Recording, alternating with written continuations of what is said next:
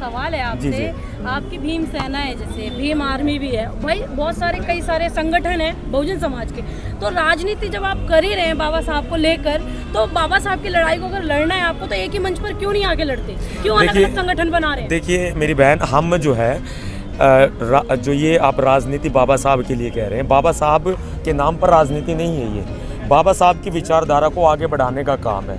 और मैं थोड़ा ब्रीफ में आपको बता भी दूं, भीम सेना का निर्माण मेरे और मेरे साथियों के द्वारा 2010 में किया गया था। इसके बाद जो भी संगठन आए हैं वो भी हमारे भाई हैं, वो हमारे से अलग नहीं है। जहां जरूरत पड़ेगी बोली कि बाबा साहब को लेकर राजनीति नहीं है, बाबा साहब को लेकर राजनीति नहीं होती तो अभी जो भीम आर्मी जो चल रही है हर जिले के अंदर, उसके साथ बीजेपी की गाड़ियां ना होती। देखिए वो जानते हैं वो गलत करेंगे तो गलत होंगे, सही करेंगे तो सही होंगे।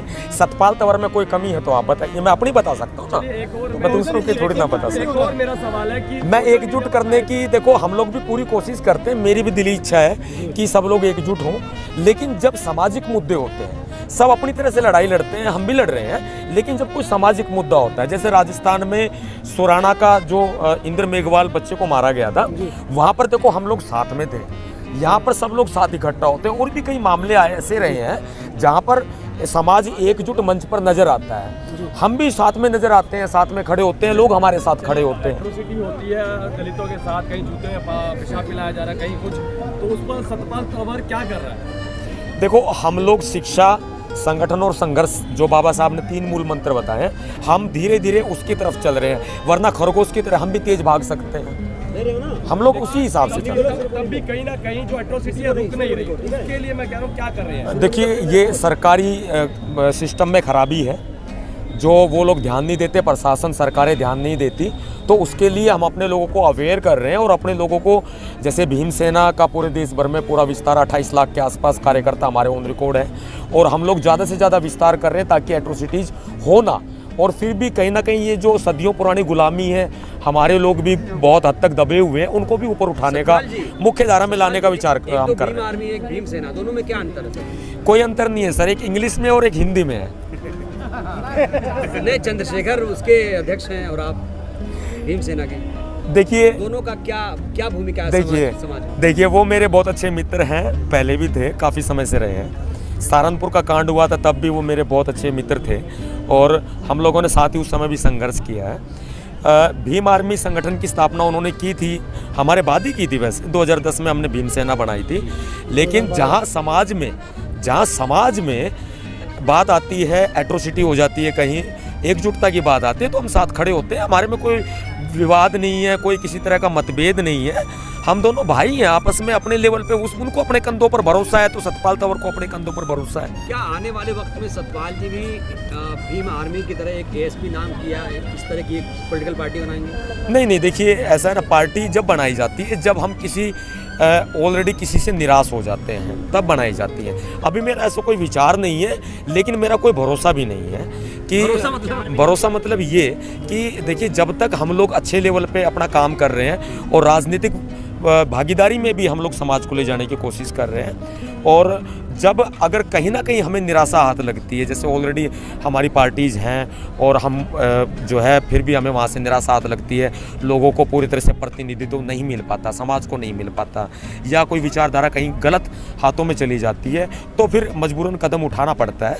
और ऐसे समय समय पर होता रहा है, होगा तो भी कोई पता नहीं। पार्टी बनाई जैसा कि आप कॉन्फिडेंट हैं? देखो वो जानते होंगे, वो मुझे नहीं पता, मैं अपनी जानता हूँ। तो किसको सपोर्ट करेंगे आप?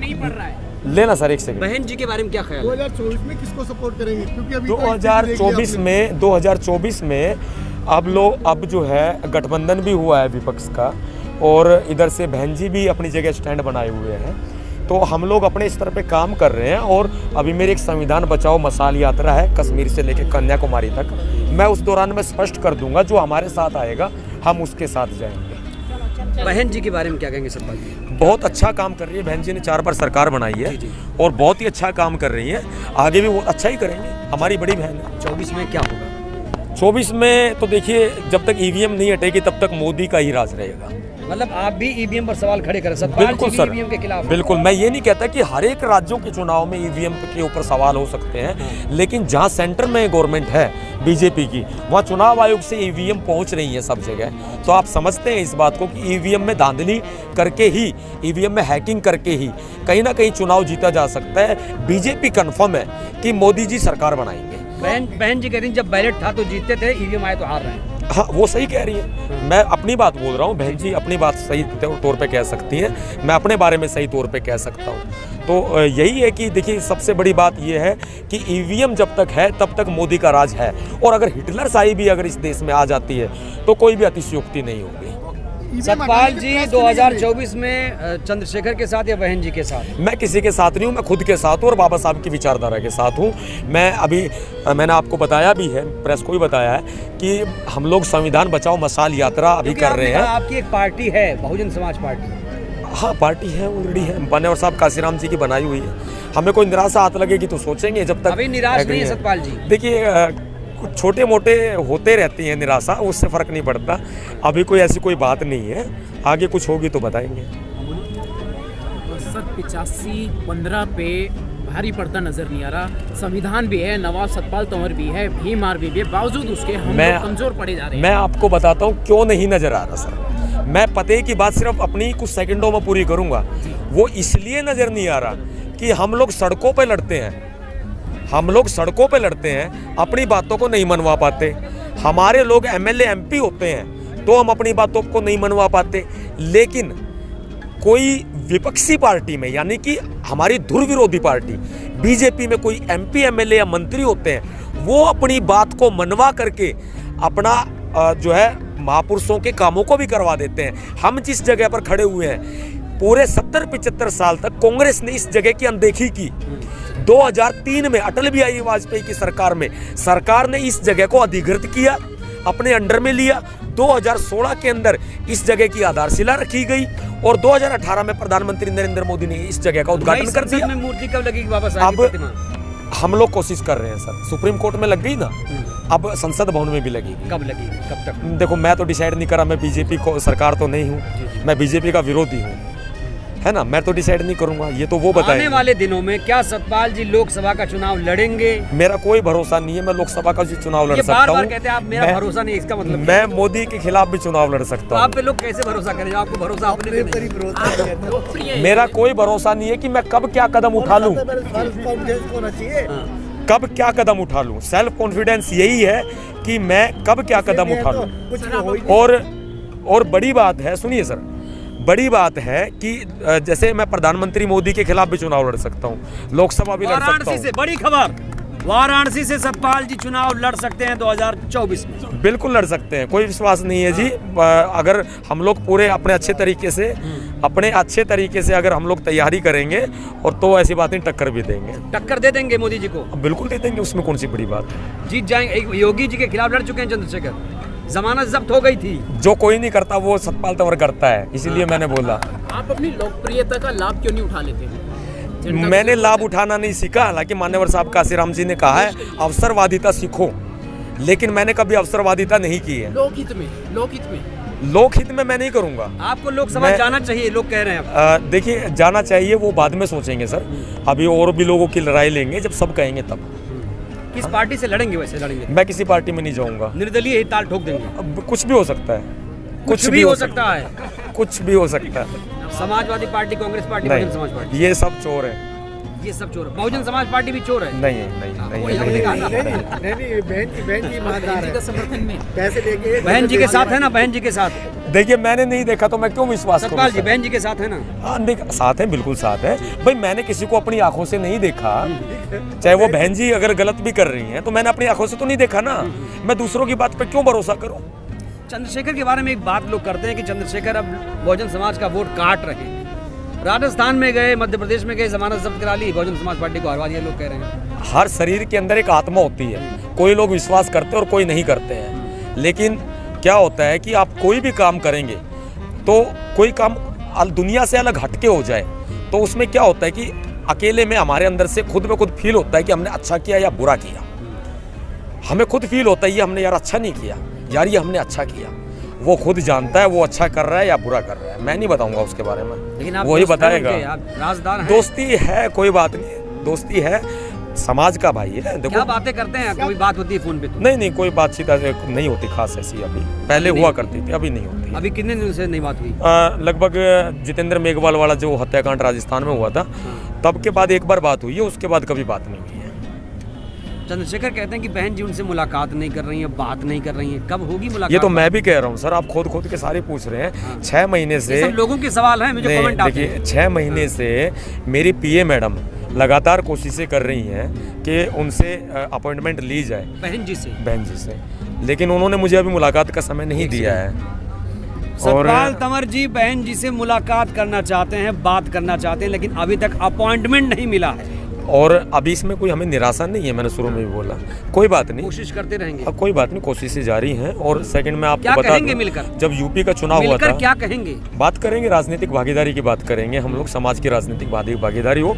भीमसेना को भी राजनीतिक भागीदारी जो है वो बसपा में दी। नहीं, ऐसा तो नहीं धमकी दे देंगे हम भी पार्टी बनाएंगे अगर कुछ नहीं, ऐसा ऐसी कोई धमकी नहीं है, बनाएंगे तो ठोक बजा के बनाएंगे, छुप के नहीं आप बनाएंगे। अभी बसपा की बात कर रहे थे कि बसपा में भीमसेना की भागीदारी। हाँ हो जाए, अच्छी बात है। छोटी पार्टियां बच रही हैं, समाज आपका बिखर रहा है, वोट आपका बिखर रहा है, एकजुट कैसे हो पाओगे? देखिए ये समाज को सोचना है, बीजेपी की सरकार बिना दलित वोटों के बन ही नहीं सकती। पार्टियों को क्या दोष है, पार्टियों का क्या दोष है? बिना दलित वोटों के बीजेपी की सरकार बन ही नहीं सकती। कन्वर्सेशन कैसे होगा सर? वोट कैसे जा रहा है उनके पास? वोट इसलिए जा रहा है क्योंकि हमारे लोग उनकी सरकारों में एमएलए एमपी बन रहे हैं, क्योंकि वो लोग काम करवा रहे हैं। हम जिस जगह पर खड़े हैं वो भी बीजेपी के द्वारा बनाई गई है, हम कैसे भूल जाएं? अपनी सरकारों में हमें काम करना पड़ेगा। इसलिए बीजेपी के द्वारा, अगर सर, आपकी सरकार होती तो आपके टाइम में बनता। सरकार नहीं है तब भी हमें काम करवाने पड़ेंगे, ठोक बजा के। आप लोग पार्टियां अलग अलग बना के बट रहे हो। बटा तो सबसे बड़ी वजह तो आप लोगों की है। देखिए सर, आपके ऊपर भी सवाल खड़ा हो रहा है कि आप देखिए भी सर को पता नहीं मीडिया क्या का कर रहा है। सवाल आपका जायज है, आप मेरे भाई हैं, जायज है बिल्कुल। ये जो आप कह रहे हैं अलग अलग पार्टियां बना के बटे हुए हैं, ये सतपाल तंवर ने कोई पार्टी नहीं बना रखी, आप मुझे नहीं कह सकते। जिसको पार्टी बना रखी है, भीम आर्मी का गठन आपने किया था। बिल्कुल सर, हमने भीमसेना का गठन किया था। भीमसेना का भी पार्टी, समाज का गठन हुआ है। देखिए आपके पद चिन्हों पे चल के ही नई पार्टी बनी है। देखिए ये बदलाव समाज में होते रहते हैं, इतिहास भरा पड़ा हुआ है। अगर पार्टियां नहीं बनेंगी तो आने वाले समय में बच्चे इतिहास में क्या पढ़ेंगे? उनकी किताबें क्यों छीन रहे हो? लीडर बन के निकलते हो। सतपाल जी आखिरी सवाल मेरा, हमें कोई मौका देगा तो हम पीछे नहीं हट रहे, सतपाल जी, उसके लिए मेरा हम बहन जी से मुलाकात का प्रयास कर रहे हैं। बहन जी से मुलाकात का प्रयास जारी है, सतपाल जी कोशिश कर रहे हैं, उम्मीद करते हैं बहुत जल्द बहन जी सतपाल तंवर जी से मुलाकात करेंगी। आखिरी सवाल, अगर मुलाकात के दौरान एक ऑफर आ जाए, जाइए सतपाल लड़ लीजिए नगीना से चुनाव, तो क्या करेंगे? मैं टिकट पे चुनाव नहीं लड़ूंगा बीएसपी के, कभी भी नहीं, अब भी नहीं और कभी नहीं। मुलाकात करेंगे, हमारे जो भीम सैनिक हैं और बहुतायत संख्या में हैं, उन लोगों की राजनीतिक भागीदारी पार्टी के अंदर होनी चाहिए, उनके लिए, सिर्फ और सिर्फ उनके लिए। मैं खुद चुनाव लड़ने के मुलाकात लिए, हो जाएगी। देखिए उम्मीद है, अभी यूपी के विधानसभा चुनाव थे, उस दौरान में सतीश चंद्र मिश्रा जी से लगातार बातचीत करने के लिए मेरी पीए मैडम ने अपॉइंटमेंट मांगी थी।